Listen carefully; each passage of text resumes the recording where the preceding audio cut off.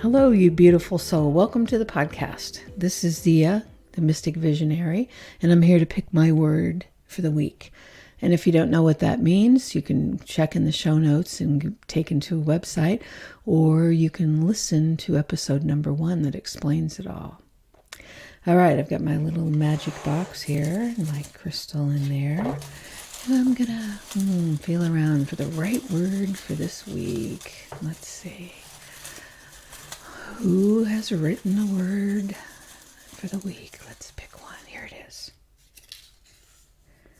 Oneness. That's a big word. Oneness. All right, I will meditate on oneness and be back to talk about it.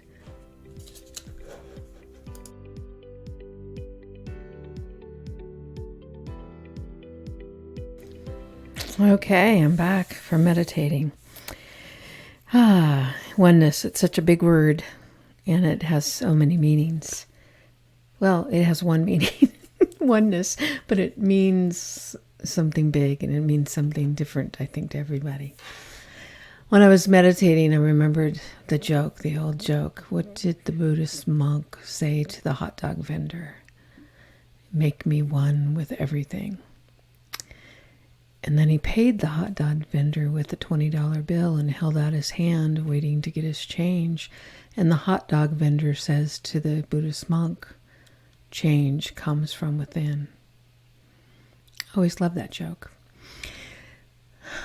When I think about oneness, when I was meditating about it, two things came up. My first thing was the guiding principle number 1 in the book that I wrote, The Pocket Guide to the New Paradigm, is unity consciousness. And unity consciousness is about oneness. It's about recognizing that we're all connected, that we are all in this together, that we're all part of the same, the same source, and that what I do affects you, and what you do affects me, and that we all are connected, and that this collective consciousness that we're all part of, and greater than that, this spiritual soup that we're all part of, and that we're all connected, and that if we were to live our lives recognizing that the separation that we see, or the differences that we see, are not as great as we think they are, and that in the new paradigm, we recognize that unity, that understanding of that spiritual nature of people, and that we're all here experiencing this human experience together as divine beings, and we need to treat each other that way. And I think that's really important. So that kind of oneness, recognizing that unity consciousness and the divinity in all of us, in that our responsibility to one another and to our planet and to everything. It's like we all are connected. Everything is connected. It's like this energy soup, giant energy, and we are coalesced into like little individual humans, little physical forms, and because we're separate in this physical realm, we think that we're not connected, but we are. This physical form is just the third dimension. There are many more dimensions. It's just that this is the thing that's I don't want that one quote from Einstein about reality is an illusion, but although it's a persistent illusion. Yeah, it is persistent because we see this physical realm in the material world, but we're way more than that. That's one of the other guiding principles, that we're multidimensional energy beings, and that's what we are. And as that, we are connected in this giant energy soup. So that's where the unity and the oneness comes from. But then there's another part of oneness that I was thinking about when I was meditating, something that I have experienced on a personal level, my own individual experience of that oneness. that elevated kind of experience. I think Joe Dispenza would call it a supernatural experience, where something happens. When I first experienced it, first time I experienced it when I was 18 years old, or not even 18, I think it was 17. And I've talked about that in, I think, another podcast. And I had this momentary feeling of just losing touch, basically, with who I was, and just felt completely connected to this experience of love and this enormous amount of, peace, tranquility, and unconditional love that just overcame me. And I can remember it clearly, clear as day from that experience. I've never forgotten it. And I've had it many times since then, but I do remember at that time wondering how I could recreate that. How do I get that feeling again?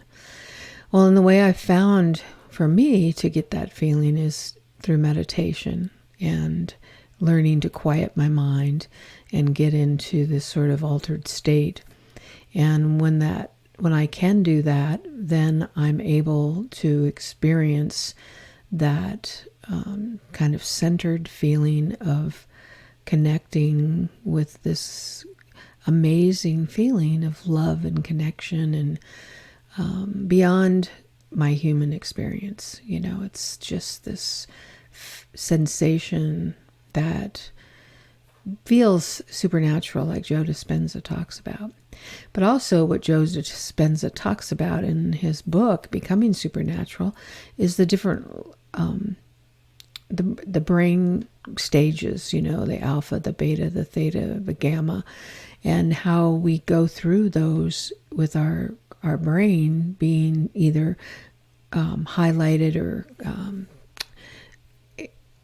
I'm trying to think of the word, but it's like your brain is just overly active, and then you bring it down and quiet your mind, and then you go into the next state, and then you end up in, the next state, and eventually you have this brain coherency where even they've shown in the brain scans where all of a sudden it's all coherent. The brain waves are moving in a coherent fashion, where in those lower states of consciousness, it's all staticky and, erratic and jumbled up, and then as you quiet your mind and bring yourself into this meditative, calm state, your brain shifts into another level.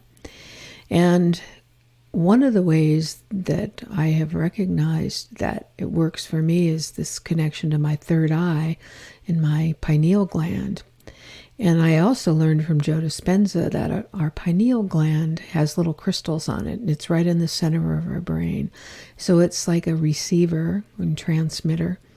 And when I can go into those higher levels of consciousness and deeper states of where my brain is not so active, and I can quiet my crazy brain and go into those, deeper states, that connection that I have through that pineal gland or through my third eye can awaken me into all kinds of different states. I've even messed around with astral projection and astral travel.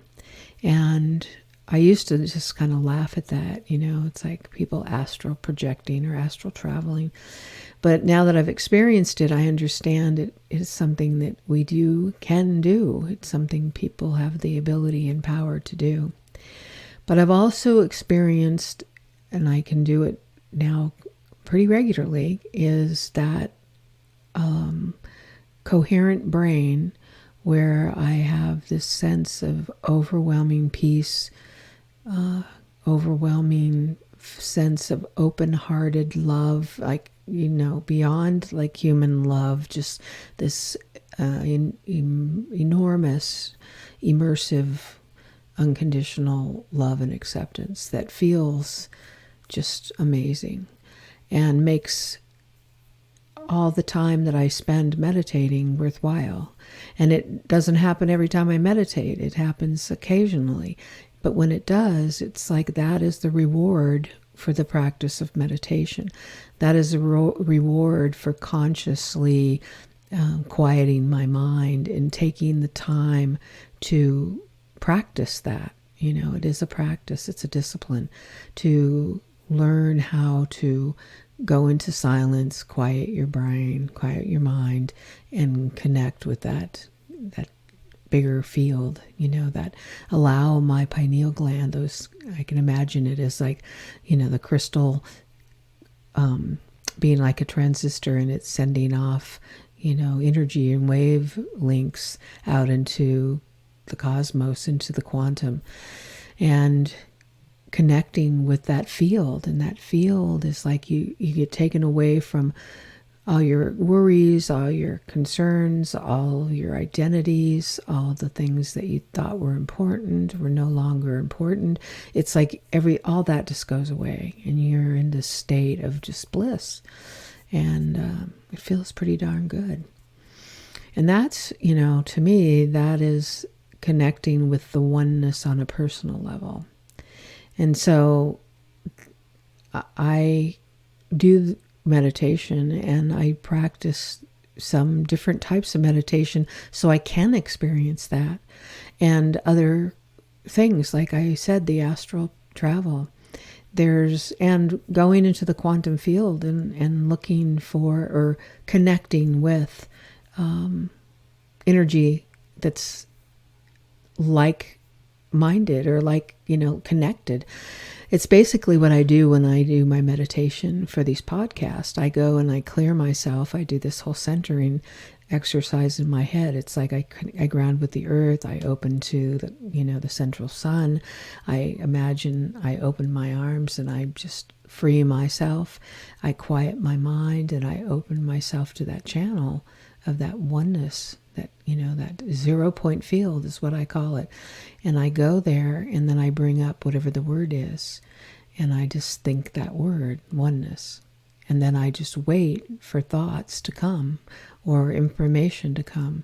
Sometimes it just shows up as information. Sometimes, like this time, I got the joke about the Buddhist monk and the hot dog vendor.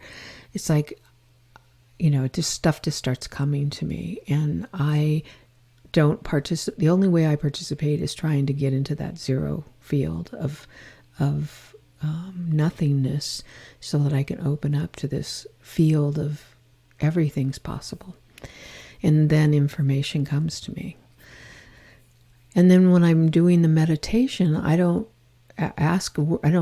put a word out there. When I'm really wanting that oneness experience of just being in that place of, bliss, I just allow myself to be there and just experience it. And a lot of times I use music. I have some really great music that I listen to that's different hertz, different vibrational frequencies. And I listen to them, and then I just allow myself to go into that state. And sometimes it happens, sometimes it doesn't. But when it does happen, it's just a wonderful feeling, that oneness, that experience of knowing that I'm more than just this physical. I'm multidimensional and connected to this great source of love. So that's oneness, oneness in the individual experience, and then oneness collectively. That's what the new paradigm for me in the word oneness means. So basically it's the two of the guiding principles, unity consciousness and the other being that we're multidimensional energy beings. The more that I do this work, or the more that I hold space for this new paradigm, the more I understand these principles. Anyway, well, that was a great word. Thanks for whoever picked that word. And I will be back next week with a new word. Thanks for listening.